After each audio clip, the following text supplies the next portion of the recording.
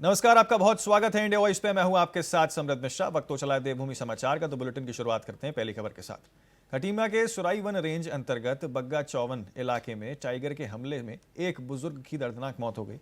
मृतक की पहचान राम सिंह कल्याण निवासी बग्गा चौवन गांव के रूप में हुई है। बताया जा रहा है कि राम सिंह रोजाना इसी तरह परिवार को अपनी भैंसों को जंगल चराने के लिए ले जाते थे, लेकिन शाम तक घर नहीं लौटे।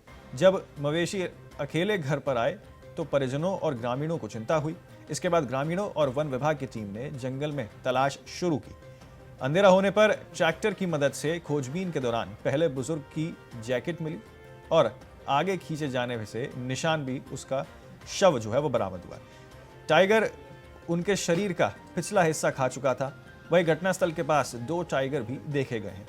रेंजर राजेंद्र मरनाल ने अनुसार आपको बता दें, परिजनों को वन अधिनियम के तहत मुआवजा देने की प्रक्रिया चल रही है। क्षेत्र में वन कर्मियों की गश्त बढ़ा दी गई है। वहीं आपको बता दें कि ट्रैप कैमरे लगाए गए हैं और पिंजरा लगाने की अनुमति के लिए यहां पर उच्च अधिकारियों से वार्ता यहां पर की जा रही है। घटना से गांव में शोक और दहशत का माहौल बना हुआ है। रोज की तरह डंगरों के साथ जाते थे भैंस चराने जंगल में। जब रोज की तरह शाम को आए नहीं है घर लौट के, जैसे भैंसिया तो आ गई, उनने देखा कि यार कहाँ गए, तो काफ़ी हम लोगों ने गांव वाले इकट्ठा हुए तो बोला यार फिर चलो जंगल में ढूंढते हैं, कहीं क्या पता पेड़ से गिर गए हों, कहीं भटक गए हों रास्ता। तो गए, फिर 4-5 ट्रैक्टरों को बुलाया, अंधेरा हो चुका था तब तक। फिर उसके बाद गए तो वहाँ पे देखा कि जंगल में जिस क्षेत्र में चुंगाते थे रोज के, उसी में ढूंढा। बागेश्वर के बीडी पांडे कैंपस में छात्र संगठन और पुलिस के बीच तीखी नोकझोंक हुई है। छात्र संघ ने 1 साल पर से खड़े ट्रैंकों को हटाने के लिए यहां पर जो है 15 विज्ञान भवन के कैंपस में हस्ताक्षर किया है और आपको बता दें इसको लेकर गेट बंद धरना दिया है। इस दौरान आपको बता दें छात्र संघ और पुलिस के बीच विवाद भी बढ़ गया। छात्र संगठन ने प्रशासन के खिलाफ नारेबाजी करते हुए आरोप लगाया कि प्रशासन और कैंपस छात्र हितों में खिलवाड़ कर रहे हैं। छात्र संगठन अध्यक्ष सागर जोशी ने कहा कि 1 साल से कैंपस में सीज किए गए हैं। वहीं वाहनों को हटाने की मांग भी की जा रही है, लेकिन प्रशासन ने अब तक कोई कार्रवाई नहीं की है।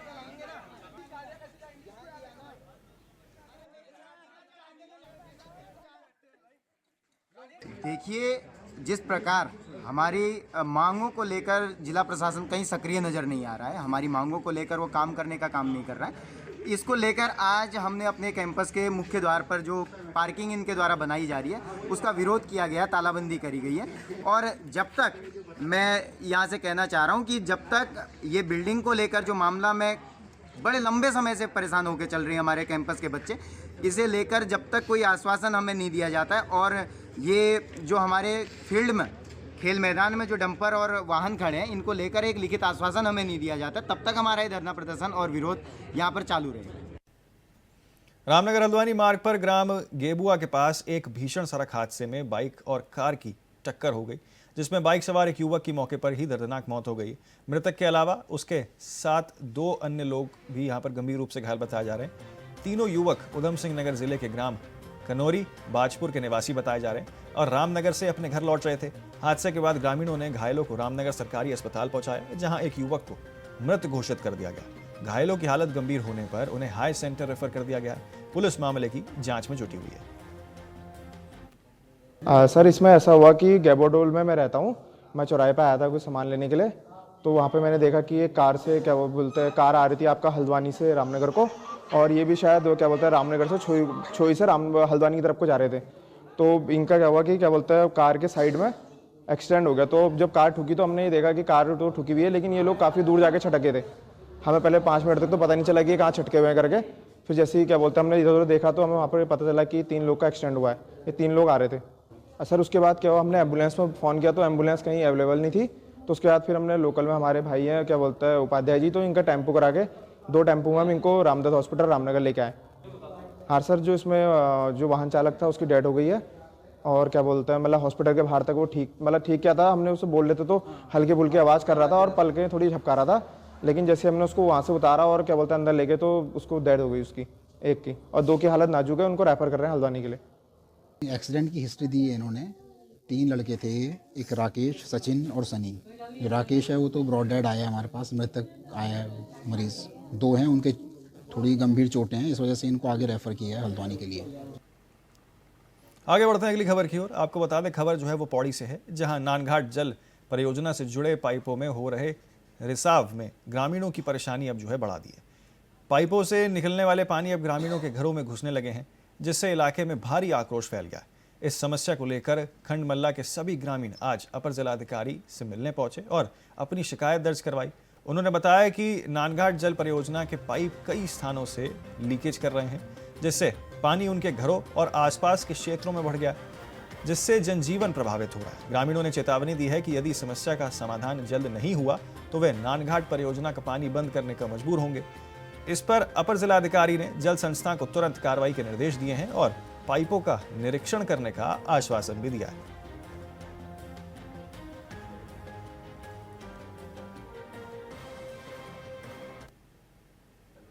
तो देहरादून के डालनवाला थाने क्षेत्र में महिला कांग्रेस ने कैबिनेट मंत्री रेखा आर्या के पति गिरधरलाल साहू के खिलाफ धरना प्रदर्शन किया है। इस पर एसपी सिटी प्रमोद कुमार ने अपना बयान भी दिया है। उन्होंने बताया कि जिस प्रक्रिया में आपको बता दें परिप्रेक्ष्य में यहाँ पर महिला कांग्रेस प्रदर्शन कर रही थी, उससे संबंधित देहरादून में कई मामले सामने नहीं आया। एसपी के अनुसार महिला कांग्रेस द्वारा सौंपा गया शिकायती पत्र अल्मोड़ा भेजा जा चुका है और संबंधित थाने को इसकी जानकारी भी दी जा चुकी है। उन्होंने साफ किया है कि जिस मामले को देहरादून से जोड़ा जा रहा है वह देहरादून क्षेत्राधिकारी का है ही नहीं। देखिए, ये एक कुछ कांग्रेस की महिलाओं के द्वारा कोई तहरीर दी गई थी, तो उस तहरीर के आधार पर जो है हमारे द्वारा जांच की गई और जांच में किसी प्रकार का संज्ञेय अपराध यहाँ नहीं पाया गया था, ना ही उसका घटनाक्रम यहाँ देहरादून से कहीं से भी रिलेटेड था। तो इस प्रकार जांच के उपरांत हमारे द्वारा वो जो एप्लीकेशन थी वो अल्मोड़ा भिजवा दी गई है आज, और साथ ही साथ जो इनके द्वारा एक पेन ड्राइव भी दी गई है उसको भी हमारे द्वारा जो अल्मोड़ा भिजवा दिया गया है। आगे की कार्रवाई के लिए एसएसपी अल्मोड़ा साहब को हमारे एसएसपी महोदय के द्वारा लिख दिया गया है, तो आगे की कार्रवाई वहीं से होगी। ये बात इनको बता दी गई है कि वही प्रकरण जहाँ से रिलेटेड है वहीं उसकी ये पैरवी करें। तो इस आशय के जो है पत्र भी इनको दे दिया गया है, वो बता भी दिया गया है और अब ये चले गए। देहरादून में परिवहन विभाग ने रोपेन ट्रांसपोर्ट सर्विस को लेकर यहां पर प्राइवेट लिमिटेड यानी कि रैपिडो कंपनी को नोटिस यहां पर जारी किया है। ये कार्रवाई इंटीग्रेटेड पॉलिसी के तहत जो है वो की गई है, जहां बिना पंजीकरण और निर्धारित शुल्क जमा कराए 2 पहिया वाहनों को टैक्सी के रूप में संचालित करने पर किया जा रहा था। लगातार शिकायतों को गंभीरता से देखते हुए यहाँ पर आरटीओ ने रैपिडो के पीछे 3 महीने का पूरा राइट डेटा मांगा है। आपको बता दें कि इसमें यह जानकारी मांगी गई है कि बीते 3 महीनों में 2 व्हीलर 4 व्हीलर और ऑटो की कितनी बुकिंग हुई और इसमें कितनी गाड़ियां वास्तव में सेवा में लगी थी। इसके साथ ही आपको बता दें कि यहां पर आरटीओ ने स्पष्ट किया है कि प्राइवेट नंबर प्लेट पर संचालित वाहनों का इस्तेमाल मोटर व्हीकल एक्ट पर उल्लंघन माना जा रहा है। जो रैपिडो हमारा एग्रीगेटर लाइसेंस है, ये हमारे को शिकायतें मिल रही थी लंबे समय से कि ये प्राइवेट गाड़ियों को एनरोल कर रहे हैं, स्पेशली 2 व्हीलर्स, जो कि लाइसेंस शर्तों का खुला उल्लंघन है। इसी क्रम में हम इनके सेंटर पे जो इनका हेडक्वार्टर है उस पर हम इंस्पेक्शन करने गए थे, तो इन्होंने अपना जो हेडक्वार्टर का जो प्लेस था, जो हमारे लाइसेंस में इनको एड्रेस दिया गया था, इन्होंने वहाँ से भी बिना किसी सूचना के चेंज कर लिया। और जब वहाँ गए तो इनके पास कोई डेटा भी नहीं था, तो हमने इनको नोटिस दिया है कि आप हमारे को पिछले 3 महीने की जितनी भी राइडरशिप हुई है उसकी सभी डिटेल्स देंगे, 2 व्हीलर्स 4 व्हीलर्स ऑटो, और कितना आपने चार्ज किया है, क्योंकि लाइसेंस शर्तों में ये भी है कि इसमें आपको ये डिपार्टमेंट को बताना है कि कितनी आप लाइसेंस फीस में निर्धारित फीस दी जा रही है और 25% से एक्स्ट्रा नहीं ले सकते। जिले के पहाड़ी क्षेत्रों में जंगली जानवरों के बढ़ते हमले को लेकर सोमवार को कांग्रेस कार्यकर्ताओं ने वन विभाग कार्यालय पहुंचकर डीएफओ कार्यालय का घेराव किया है। आंदोलन उग्र रहा और सरकार विरोधी नारेबाजी भी की गई है। कांग्रेस नेताओं का कहना है कि राज्य सरकार और वन विभाग जंगली जानवरों के हमले को रोकने में पूरी तरीके से असफल हो रहा है। ग्रामीण गुलदार और भालू के हमले से दहशत में है, लेकिन सरकार के पास कोई ठोस योजना नहीं है। कांग्रेस ने प्रभावित क्षेत्रों में तत्काल प्रभावी कार्रवाई की मांग की है। जंगली जानवरों से निजात दिलाने की कोशिश कीजिए। आज इतने ऊर्जावान अधिकारी इस बागेश्वर जनपद के अंतर्गत हैं, 3-3 का पैनल बनाओ, 3-3 4-4 का पैनल बना के पोस्टमार्टम करो। आज तक उत्तराखंड जिस दिशा को जा रहा है, आज जीता जागता उदाहरण हमको उस दिशा का देखने को मिला। अधिकारी बेलगाम इस उत्तराखंड में होते जा रहे हैं। जो अधिकारियों का काम था कि अपने क्षेत्र में ये जनता को बताते गांव-गांव जाकर कि हमारी उपलब्धि ये है, लेकिन आज उपलब्धि के बदले आज पहाड़ का आम जनमानस जो पहाड़ में रह रहा है, जो पहाड़ में गाँव में, पहाड़ के गाँव में रह रहा है, सुदूरवर्ती गाँव में, आज उन लोगों के हाल अगर आप देखेंगे, ऊपर उच्च हिमालयी क्षेत्र में चले जाइए तो भालुओं और तेंदुओं का आतंक है। नीचे को आजकल नगर पालिकाओं के और नगर पंचायतों में अगर आप देखेंगे तो तेंदुआ और बाघ टहल रहे हैं बीच शहर में। आज जिला कांग्रेस कमेटी के नेतृत्व में यहाँ पर डीएफओ साहब का घेराव किया गया है, क्योंकि आपको पता है विगत दिनों हमारी एक महिला जो हमारी छाती की थी, उनको गुलदार का निवाला बना दिया गया था गुलदार ने, और उसको हमने मुआवजा देने की मांग की यहाँ पर। और जो इस बीच बढ़ते हुए जो आतंक हो रहा है बाघों का, जंगली जानवरों का, सुअरों का और भालू का, उसकी रोकथाम के लिए हमने यहाँ पर डीएफओ साहब का घेराव किया है। और जल्द से जल्द इसमें त्वरित कार्रवाई नहीं की गई तो हम इसमें उग्र से उग्र आंदोलन करने के लिए बाध्य रहेंगे। और जो मुआवजा है वो मुआवजा हम उसकी दुगनी, जो मुआवजा उसको दुगना करने की यहाँ पर मांग राशि है, उसको दुगना करने के लिए हम यहाँ पर आए हैं। खबर उत्तरकाशी के बडकोट से है, जहां अपर यमुना वन प्रभाव क्षेत्र में भालू का आतंक लगातार बढ़ता जा रहा है। ताज़ा घटना में आपको बता दें कि गौशाला जा रही 60 वर्षीय अमरा देवी पर भालू ने अचानक हमला कर दिया। चीख पुकार सुनकर ग्रामीण मौके पर पहुंचे और महिला को भालू के चंगुल से बचा लिया। गंभीर रूप से घायल महिला को सामुदायिक स्वास्थ्य केंद्र बडकोट में भर्ती करवाया गया। वन विभाग की टीम मौके पर पहुंच गई और क्षेत्र में निगरानी यहाँ पर बढ़ा दी है। ग्रामीण स्थायी सुरक्षा उपायों की मांग यहाँ पर अब करते हुए नजर आ रहे हैं। हाँ, आज सुबह जो है इधर बड़कोट गांव के पास ही एक घटना हुई है, जिसमें बड़कोट गांव की एक महिला है जिनका नाम गुलाबो देवी, लगभग उम्र 60 वर्ष है उनकी, तो उन पर हमला किया गया है और उनको अभी हॉस्पिटलाइज करके हमारे स्टाफ यहीं पे मौजूद है।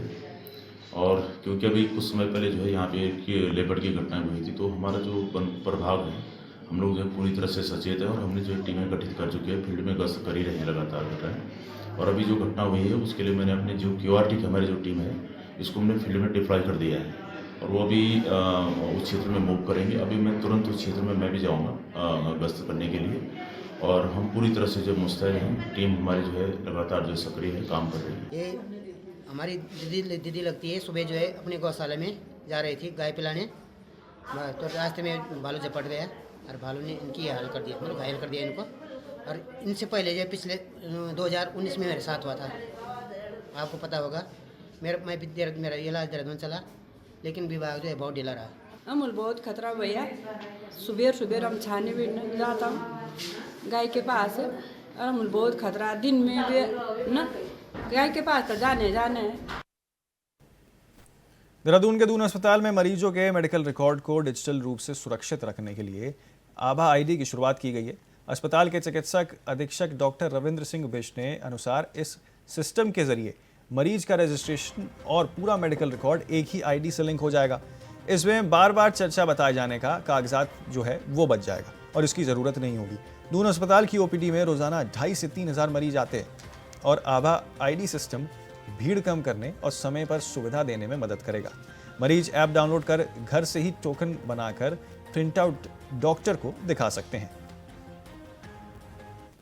कि ये एक गवर्नमेंट के द्वारा चलाया गया एक बहुत ही इनोवेटिव तरीका है, जो कि हम अपना मेडिकल डेटा को मैनेज करने के लिए पेशेंट की, इसमें होना क्या है कि एक आभा ID के थ्रू सबका रजिस्ट्रेशन बनेगा। मरीज को इससे काफ़ी बेनिफिट होने वाले हैं कि उसके सारे डेटा उसे अब मेंटेन करने की ज़रूरत नहीं होगी, आभा ID के थ्रू उसके कार्ड में स्टोर रहेंगे। तो जब भी कहीं किसी भी डॉक्टर के पास जाता है तो डायरेक्टली उस कार्ड के थ्रू हो जाता है। हमारे सेटअप में इसका बेनिफिट ये है कि जैसे कि आप लोगों ने देखा होगा कि हमारी OPD करीब 2,500 से 3,000 के आसपास जा रही है पर डे की लगभग, तो 6 घंटे के अंदर 2,500 से 3,000 पेशेंट्स को मैनेज करना, उनका टाइमली पर्चा बनना, भीड़ को कम से कम हो और मरीज़ को दिक्कत ना हो, इसके लिए इसकी बहुत हेल्प होने वाली है। इसके थ्रू मरीज़ ऐप डाउनलोड करके घर पे ही अपना पर्चा बना सकता है। तो फिलहाल एक बहुत छोटे से ब्रेक के लिए रुक रहे हैं, जल्द लौटेंगे, आप बने रहें सिर्फ इंडिया वॉइस पर। ब्रेक के बाद जो है फिर एक बार आपका स्वागत है। आगे बढ़ते हैं बाकी खबरों की ओर। उत्तराखंड के काशीपुर निवासी किसान सुखविंदर सिंह की आत्महत्या मामले में मुख्यमंत्री ने संज्ञान लेते हुए कुमाऊं कमिश्नर को मजिस्ट्रेट जांच के आदेश दिए हैं। वहीं विपक्ष इस मामले को लेकर सवाल उठा रहा है। नेता प्रतिपक्ष यशपाल आर्य का कहना है कि नौजवान किसान ने अपनी पीड़ा साझा करते हुए बताया कि कैसे SSP से लेकर थाना इंचार्ज तक उसकी फरियाद नहीं सुनी गई और भूमाफियाओं के साथ पुलिस का सहयोग था, जिसके चलते उसे आत्महत्या करनी पड़ी। यशपाल आर्य ने इस गठजोड़ की निंदा की है और कहा है कि कांग्रेस के पूर्व नेता, विधायक और अध्यक्ष क्षेत्र में जाकर मामले की गंभीरता को देख रहे हैं। उन्होंने मजिस्ट्रेट जांच को केवल अधिकारियों को बचाने वाला कदम बताया है।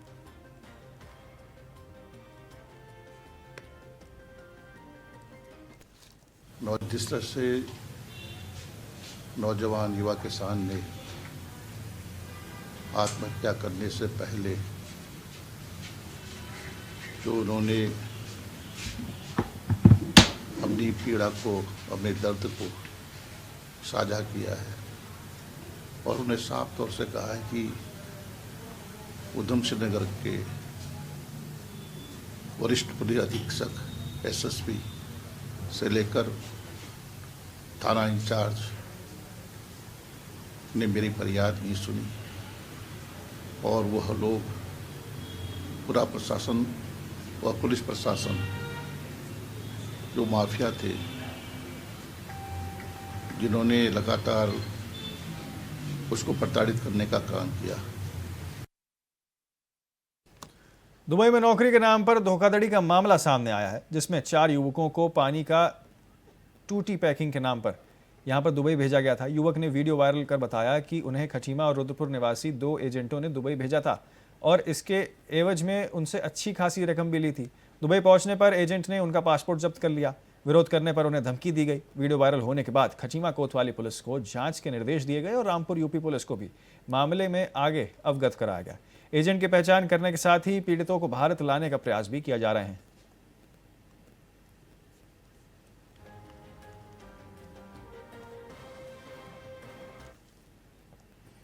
खबर रामनगर से है, जहां आपको बता दें कि परतामपुर रेंज में गुलदार का आतंक बढ़ता जा रहा है। बीती रात बूढ़ा फार्म में 2 गुलदार सतनाम सिंह के घर के बाहर दिखाई दिए हैं।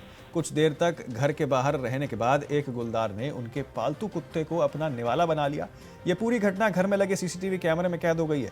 वन विभाग के एसडीओ संदीप गिरी के अनुसार आपको बता दें, विभाग ने वन कर्मियों की गश्त बढ़ा दी है और ग्रामीणों से संवाद कर रात में अकेले बाहर ना निकलने की चेतावनी दी गई है। घटना का वीडियो सोशल मीडिया पर भी वायरल हो रहा है, जिससे स्थानीय लोगों में दहशत का माहौल बना हुआ है। आपको बता दें किस तरीके से यहां रेंज में गुलदार का आतंक जो है वो देखने को मिला।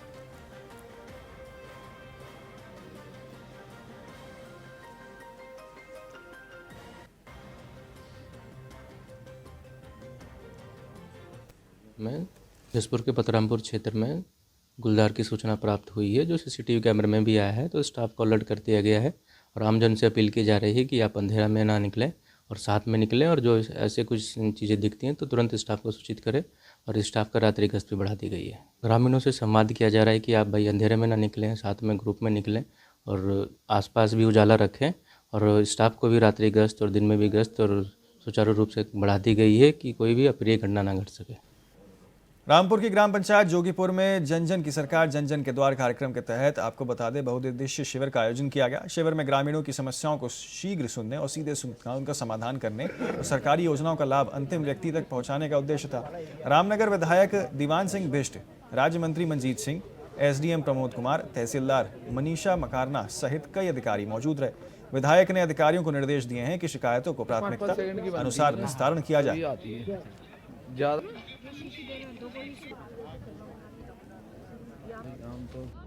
आज जन जन के सरकार जन जन के द्वार के तहत यहाँ पर कुल 19 शिकायतें प्राप्त हुई थी।